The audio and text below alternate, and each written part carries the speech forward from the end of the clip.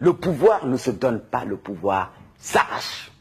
Et il faut que le peuple noir apprenne à arracher le pouvoir. Ça ne se donne pas. Moi, quand j'entends certains Africains ou certains m'écrivent me dire « Madame Beyala, quand est-ce que M. Hollande va venir nous libérer ?» Je leur dis jamais. Il ne viendra vous libérer. Soyons clairs là-dessus. Un peuple se libère par lui-même.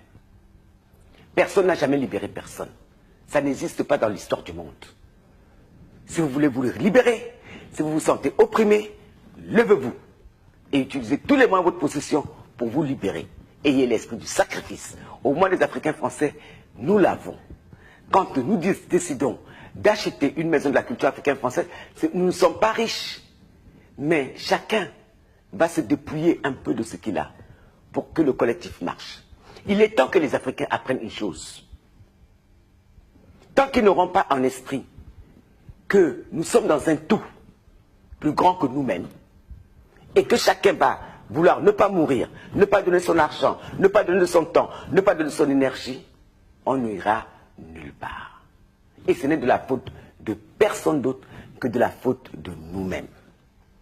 Et cette autocritique, il est temps que les Africains, et les Africains français, le fassent. Or, ce n'est pas le cas pour l'instant. Ils sont en attente de quoi? Il ne se passera rien.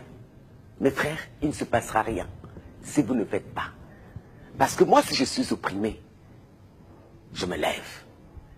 Quand je crée le collectif Égalité, à l'époque pour réclamer des places pour les Noirs, c'est parce que je sentais j'étais opprimé et que mes frères étaient opprimés. Donc, je me lève.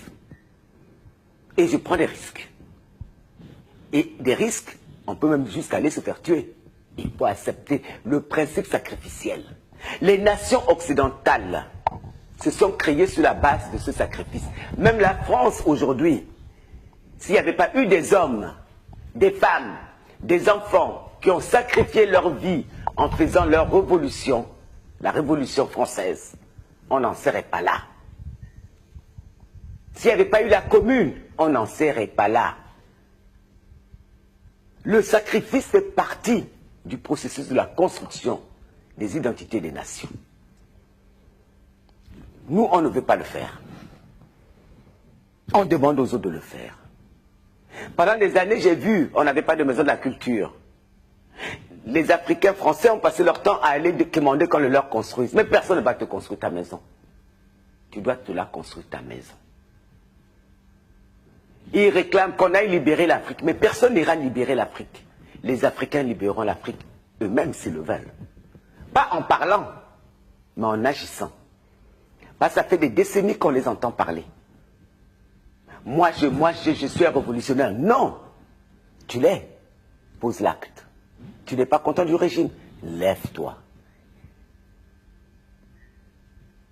Déjà à l'époque, j'ai réécouté récemment Fela Ramson Kuti.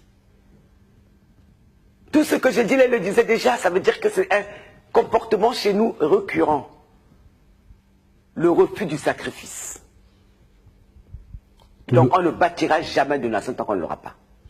Tout le monde veut arriver à Dieu, mais personne ne veut mourir. Tout le monde va arriver à Dieu, personne ne veut mourir. Et c'est très spécifique à notre culture. Et c'est ça qui est dommage.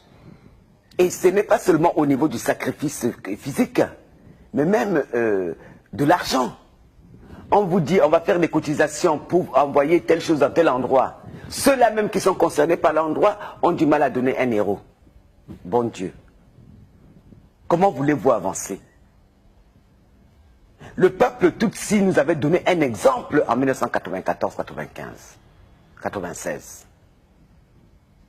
Ils étaient maltraités, ils avaient subi un génocide. Qu'est-ce qu'ils ont fait? Tous les Tutsis du monde, je vous le signale, étaient obligés de donner, je crois, le tiers de leur salaire comme don à la révolution. Et ils l'ont tous fait, enfants comme adultes, vieux comme jeunes, hommes comme femmes. Et Kagame se battait au front. Là, j'entends des gens, oh, on est en train de nous tuer et nous, on n'est pas contents. Et ils marchent. Mais marcher. Mais marcher, c'est thérapeutique, certes. Mais ce n'est pas comme ça que l'histoire des peuples change. L'histoire du peuple change par le sens du sacrifice. Là, quand Hollande est passé l'autre jour à la télé, il appelait tous les Français au sacrifice économique pour redresser la France. Moi, je ne suis pas très heureuse de donner mon argent, mais je vais donner. Parce qu'à des moments précis de l'histoire, tout le monde doit faire le geste nécessaire. S'il faut donner un enfant, on donne l'enfant. S'il faut donner de l'argent, on donne l'argent. Quand vous dites ici, il faut donner un enfant, on donne l'enfant, c'est-à-dire? Pendant la Révolution, c'est ce qui s'est passé. Il y a des gamins qui sont allés pour qu'on ait la République d'aujourd'hui. Qui sont allés mourir pour ça. On meurt pour ces idées, il faut avoir le sens du sacrifice.